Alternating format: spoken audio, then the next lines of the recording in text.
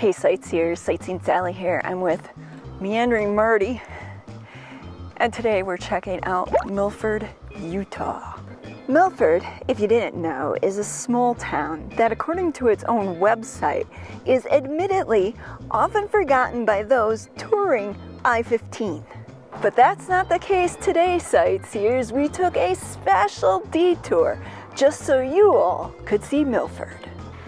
Now, the first thing we noticed when driving into town, in addition to the wonderful view of the snow-capped mountains that you can see here, was this lovely historic building, the former Hotel Milford. Dating back to the early 1900s, 1913 to be exact, as evidenced by the logo still intact on the glass of the doors, this hotel must have been something back in the day. Once said to be one of the finest hotels in all of southern Utah, the Hotel Milford, according to its Facebook page, is in the process of being restored to its former glory. That Hotel Milford's logo can easily be read isn't the only thing that's interesting about the building. You can see the old Coca-Cola signs here, albeit a bit sun-worn and faded. There's also the neon signs that used to light up the night skies, beckoning weary travelers and local socialites alike. Wow, what a rare gem. It's not too often these days that you find a hotel like this still intact in a small town, especially one that has the old neon signs still up, and, if I may add, these beautiful stained glass in the half-moon shaped windows that can be found all along this side of the building. Hotel Milford, by the way, for those of you following along on Google Earth, is at the corner of 500 South and Main Street. Now, if you stand directly underneath Hotel Milford's marquee, which I'm showing here as reference, and then look straight on from where you're standing, you can see that the Union Pacific Railroad has a yard here. Like a lot of early western towns, Milford got its start thanks to two things: the railroad and mining. However, unlike other western towns where the railroad just comes in, maybe puts up a depot, lays the tracks, and rides on through, here in Milford, things are a little bit different. Union Pacific established a yard here that's still in use today. From what I understand, the reason that they're still here today is that they're an important mover of goods and natural resources to and from this part of Utah. Speaking of goods, if we look at this sign, you'll notice two things. One, Milford is a part of Beaver County. And two, and the one I found most interesting, is that Smithfield is advertising here. Do you know why that is, sightseers? I do. But because I like to keep y'all in suspense, I'm gonna wait and share that a little bit later. Oh, I know. You can grumble down in the comments all you want. But it isn't gonna change the fact that I'm gonna wait until later in the video to share that with you. Moving on, we've got the Independent Order of Odd Fellows building here, which appears to have been established in 1922. And if the sign on the door is any indicator of its current state of affairs, the lodge is still active, even if their neon sign is not. Speaking of the railroad, the Milford Lions Club actually meets in an old passenger car. How cool is that? I'm familiar with the Lions Club. We have one back in my hometown, but I've never seen one that gets to meet in an old passenger car. I'm thinking this might be an old dining car. If you look underneath there, the big tank could have been held for fuel for the stoves or something, or for water, and all the other things underneath it. I mean, obviously it can't be a passenger car, which I originally thought it was, because they wouldn't have all that stuff underneath. Well, I guess that means I get a wah, wah, wah, wah moment for misidentifying it. No, I wouldn't say that, but from what I see on it, I'd be thinking it could have been a passenger car, but I'm thinking it was more for like a dining because of the stuff you can see underneath it, you know, the tanks and everything else to support. Things that I didn't observe. I just went, you know, I'm like, oh, it's an old passenger car. Well, there's probably hot water heaters under there. There's probably generators under there. There's probably refrigeration under there. You know, that's what all that stuff is. And the tank is probably for water. Or there's probably a tank for propane. You know, I'm not 100% sure, but from my visual, that's what I'm getting out of it. Yeah, well, I would take your visual assessment over mine any day. Now, if you look down here, you can see there's about, I would say, 200 feet of brickwork here.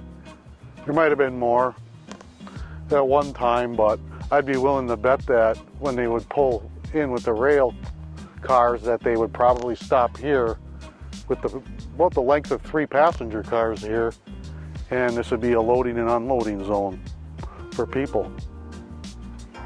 As we're checking out the Milford Lions Club train car, you may notice over here that there's some vehicles with the name Smithfield. Remember earlier, sightseers, when I left you all hanging in suspense over why Smithfield is advertising here? Smithfield, the same one that's in Virginia and where your hams and your pork chops come from, has a division here. That's right, sightseers. The ham or pork chop you're munching on could very well have came from a hog that came from here in Milford, Utah.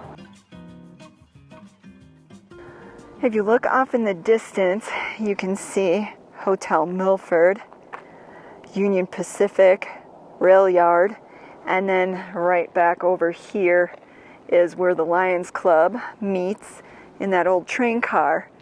But what we wanted to point out was this set of buildings here. I feel like I'm talking like Porky Pig now because of all the talk about the Smithfield hams. Anyways. There's 3 buildings right across from where those bricks were by the railroad tracks, so I assume as passengers would get off. I mean, this one over here was probably a grocery store or something like that, where they could get cold cuts or something, or some fruit, and these might have been a restaurant or something else across the street, or something associated with the railroad. But that would be a guess on my part, that you have these couple commercial buildings right across from a rail yard where there's nothing else around. You can definitely tell these buildings are old. For example, this here, I believe, maybe an old coal chute. And then if you look at the doors, how weathered they are. And this one over here is a double door. I mean, those have had to have been here a while in order to get that weathered. And this one here, you can see where the original entrance was by this archway. If only these walls could talk, it would be interesting to know what the original purpose was of these buildings, what they were used for, what perhaps happened here. Interestingly enough, what's now the Smithfield building, you can see at one time it must have been a grocer of some sort, because it has a sign, a rather faded, weather-beaten, painted sign that says lunch, goods, groceries, meat, and fruit. Entrance 1 block west. Which, if you would walk exactly 1 block west, it would put you at the entrance of the now Smithfield Hog Production Division. What I like is these old water towers, and you can see all the legs on it are made of that lattice style metal. It's like the old bridges were made out of. I always liked them. It reminded me of when I was a kid. I had an HO train set and a Lionel train set, and I had a little water tower that said Binford on it, or Bedford. And now you're hanging out in a town with a water tower that says Milford on it. Close enough. Quite a coincidence, huh? Yeah.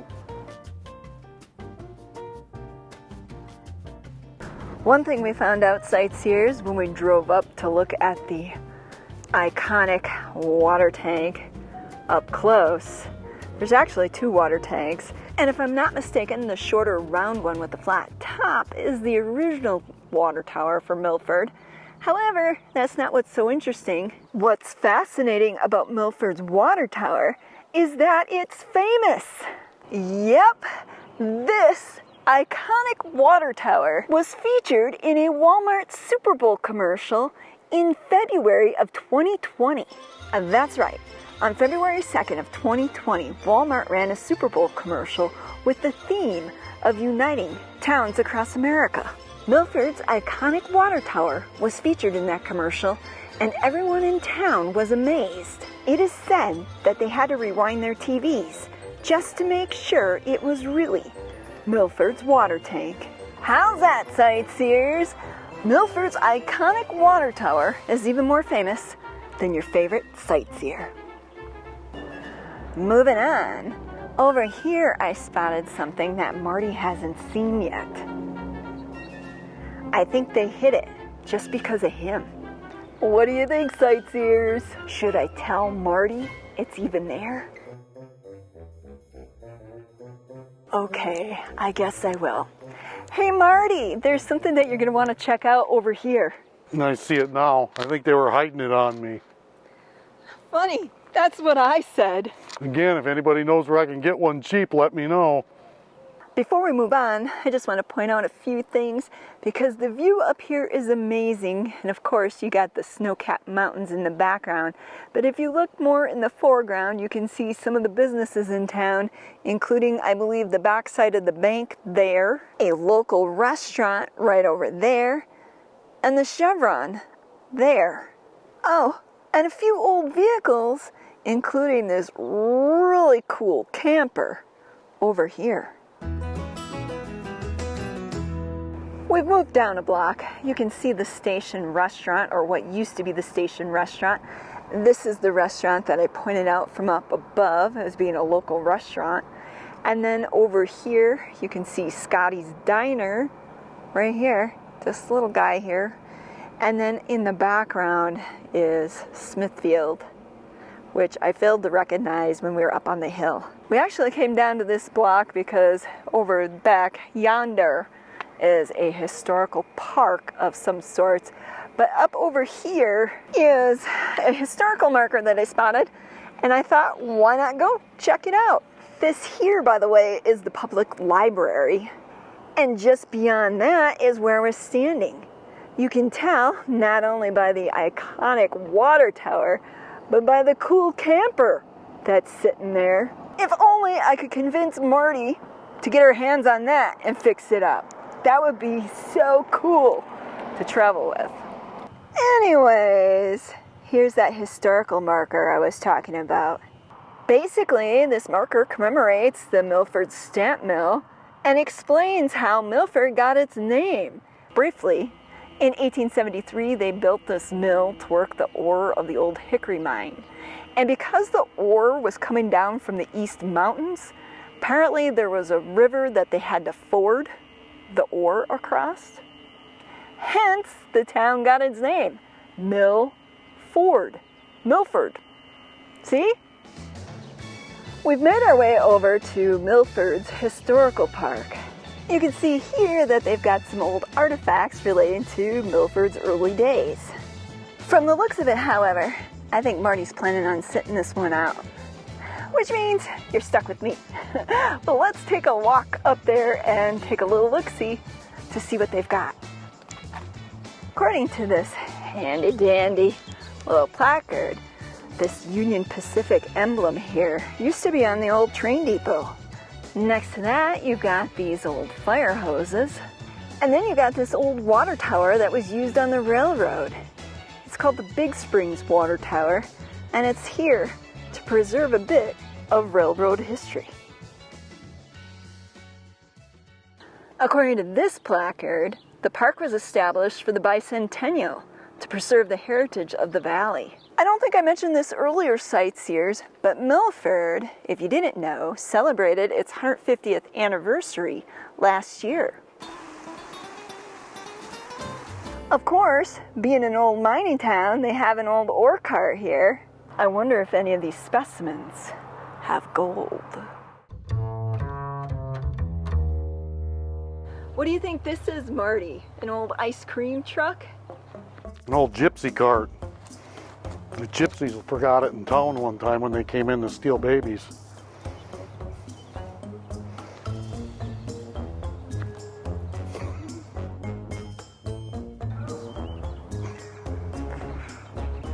I think we need a wah, wah, wah, wah moment on that, sightseers.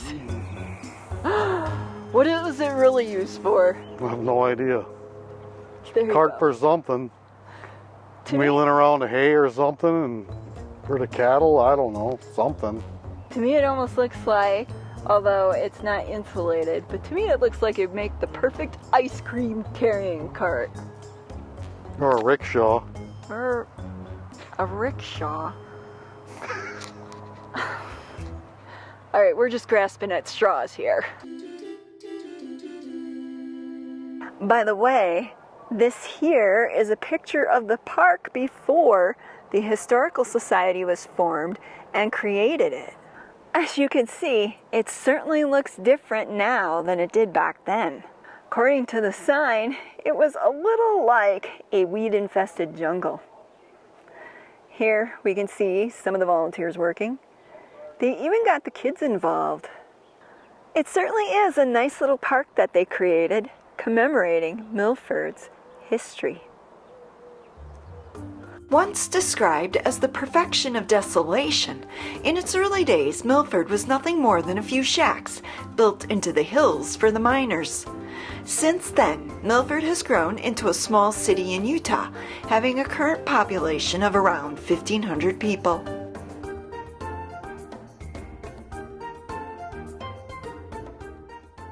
If you look, you can see Marty looking up, or at least he was looking up. Now he's coming towards the camera. The reason that he was out there, though, is that here in this building there is an old neon sign I know he was looking at. Oh, that's one of the nicer ones. Normally when you find them, you find big rust holes through them or something. That one actually looks like it might be savable. And it seems to have most of its neon intact yet. Look good on my wall.